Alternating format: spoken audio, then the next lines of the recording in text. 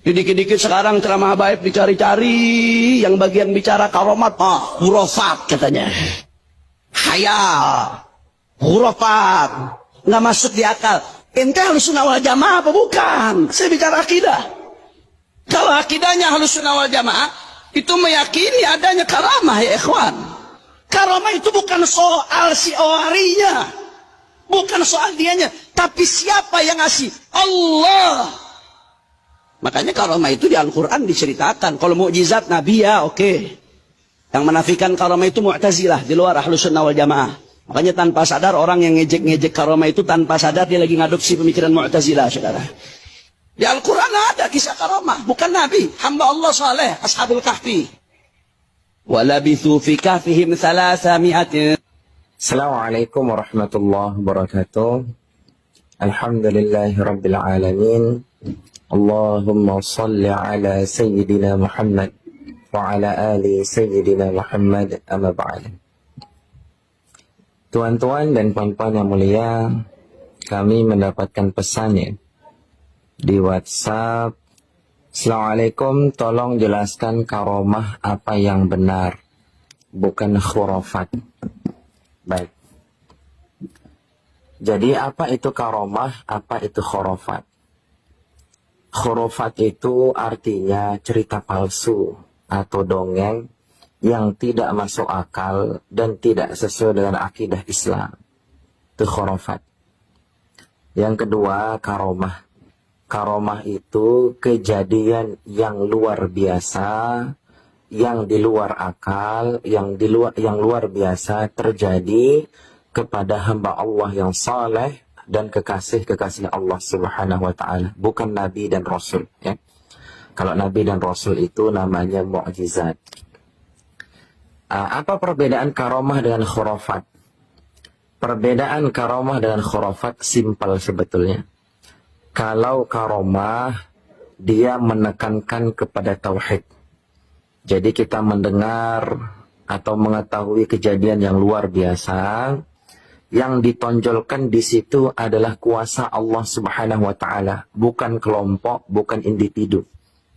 Biasanya karomah itu keluar dalam rangka keperluan dakwah. Ya. Jadi menyuruh kepada ketauhidan. Jadi kalau karomah itu dia bercerita tentang kebesaran Allah, kekuasaan Allah, bukan condong mengkultuskan individu, mengkultuskan kelompok-kelompok tertentu. Ya, tapi condongnya kepada tanda-tanda kebesaran Allah Subhanahu wa taala. Nah, sedangkan khurafat itu lebih condong kepada syirik. Khurafat itu lebih condong kepada syirik. Sehingga cerita-cerita pada khurafat lebih condong untuk mengkultuskan individu atau kelompok. Misalkan cerita, titik-titik ini, orang ini ya disebut namanya, orang ini bisa berjalan di atas air, atau bisa memadamkan api neraka, atau bisa terbang, atau bisa menurunkan rantai emas, atau bisa terbang sampai tembus plafonnya. Nah, yang dicondongkan di sini individunya atau kelompoknya. Bukan yang dicondongkan itu kebesaran Allah Subhanahu wa taala, kekuasaan Allah Subhanahu wa taala. Biasanya khurafat ini adalah salah satu alat untuk memperbudak orang, feodalisme, ya. Jadi khurafat ini salah satu media ataupun alat untuk memperbudak orang lain dengan mendogma dan mendoktrin. Nah, jadi didogma dan didoktrin terus berulang-ulang, lama-kelamaan kebohongan itu akan dianggap suatu kebiasaan dan kebenaran.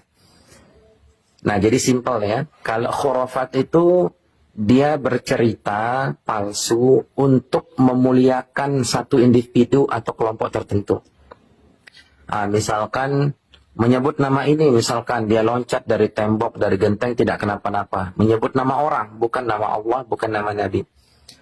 Misalkan menyebut titik-titik, terus dia loncat, dia tidak kenapa-napa. Cerita yang seperti ini, dia condong untuk memuliakan individu atau kelompok tertentu. Artinya khurafat itu condong kepada kesyirikan, sedangkan karomah itu condong kepada tauhid. Jadi kalau kita mendengar tanda-tanda kebesaran Allah Subhanahu wa taala, misalkan seperti Ashabul Kahfi, itu tanda-tanda kebesaran Allah. Jadi tidak disebutkan nama orangnya itu, nama orangnya ini. yang tidur diberikan karomah sampai 300 tahun begitu, nggak disebut nama orangnya. Jadi lebih fokus kepada kekuasaan Allahnya yang ditekankan di situ. Nah, jadi kalau karomah itu lebih fokus ditekankan terhadap kekuasaan Allahnya, bukan individu atau kelompok tertentu. Ya, jadi seperti itu ya. Simpelnya seperti itu. Jadi kalau kita mendengar suatu kejadian yang luar biasa, simpel aja. Kalau cerita itu lebih condong memuliakan individu atau memuliakan suatu kelompok, terus menggeser posisi Allah Subhanahu wa taala, posisi Rasulullah sallallahu alaihi wasallam, maka bisa dipastikan itu khurafat.